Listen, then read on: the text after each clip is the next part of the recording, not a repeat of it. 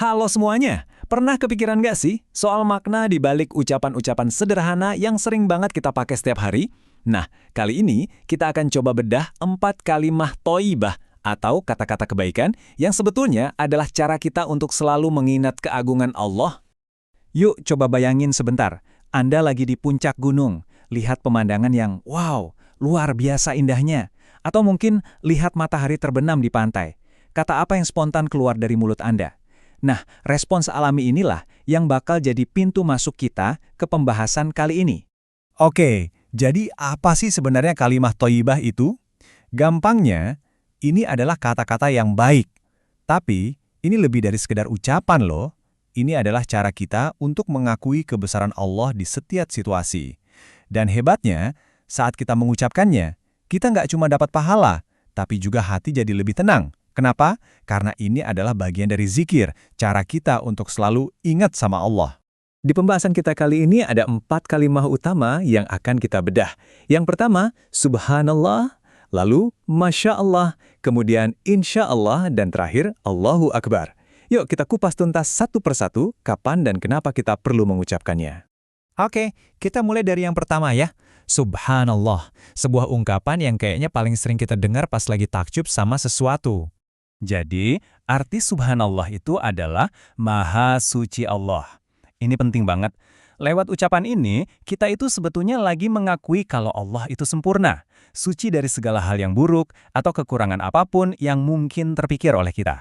Dan landasannya itu kuat banget ada di Al-Quran. Seperti yang bisa kita lihat, Nabi Isa alaihissalam menggunakan ungkapan Subhanaka atau Maha Suci Engkau untuk menegaskan kesucian Allah dari tuduhan yang gak benar. Terus, kapan waktu yang pas buat ngucapinnya? Pertama, jelas, pas kita takjub melihat keindahan ciptaan Allah secara langsung. Gunung, sawah, lautan, pokoknya alam deh. Kedua, pas kita menyaksikan peristiwa atau fenomena yang langka. Nah, yang ketiga ini menarik nih. Subhanallah juga diucapkan untuk menepis prasangka buruk. Misalnya, saat kita kena musibah dan ada pikiran jelek soal takdir Allah. Nah, sekarang kita geser ke kalimah berikutnya. Masya Allah. Ini nih, yang sering banget ketukar sama Subhanallah. Yuk, kita lurusin biar nggak salah lagi. Masya Allah itu artinya atas kehendak Allah. Kalimat ini adalah pengakuan dari kita bahwa semua hal, termasuk pencapaian hebat yang dilakukan manusia, itu pada dasarnya bisa terjadi ya karena izin dan kehendaknya. Kita boleh kerja keras, tapi hasilnya tetap Allah yang menentukan.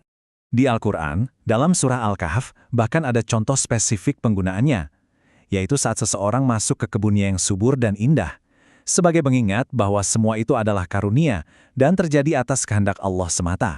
Nah, ini dia kuncinya teman-teman. Kita mengucapkan Masya Allah itu waktu kita kagum sama karya atau prestasi seseorang.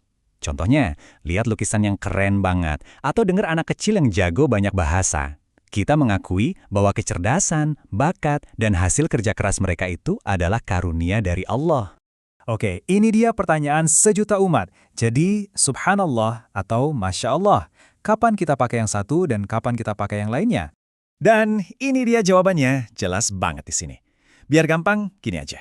Subhanallah itu untuk kekaguman pada ciptaan Allah yang murni, alam, fenomena langka, dan sebagainya. Sedangkan Masya Allah itu untuk kekaguman pada prestasi manusia, yang kita sadari itu semua adalah karunia dari Allah juga. Gimana? Jelas banget kan bedanya? Oke, kita lanjut ya. Ke kalimah yang satu ini pasti kita semua sering banget pakai dalam obrolan sehari-hari. Insya Allah. Insya Allah artinya simple, jika Allah mengizinkan, tapi maknanya dalam banget. Ini tuh pengingat yang kuat. Sehebat apapun rencana kita, secanggih apapun persiapan kita untuk masa depan, terwujud atau tidaknya semua itu, ya bergantung sepenuhnya sama kehendak Allah. Bahkan, ini bukan sekedar anjuran loh, Al-Quran ngasih instruksi yang sangat jelas. Jangan pernah bilang, aku pasti akan melakukan ini besok, tanpa menyertainya dengan ucapan Insya Allah. Ini adalah bentuk adab dan kesadaran kita sebagai hambanya. Jadi, prosesnya sederhana banget. Pertama, saat kita bikin janji atau rencana. Kedua, jangan lupa ucapkan Insya Allah. Dan yang ketiga, yang paling penting, kita tanamkan di hati kesadaran bahwa kita menyerahkan hasil akhirnya kepada Allah.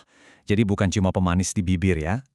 Oke, yang terakhir dan nggak kalah pentingnya, kita akan bahas kalimah yang paling agung dan penuh dengan kekuatan, Allahu Akbar.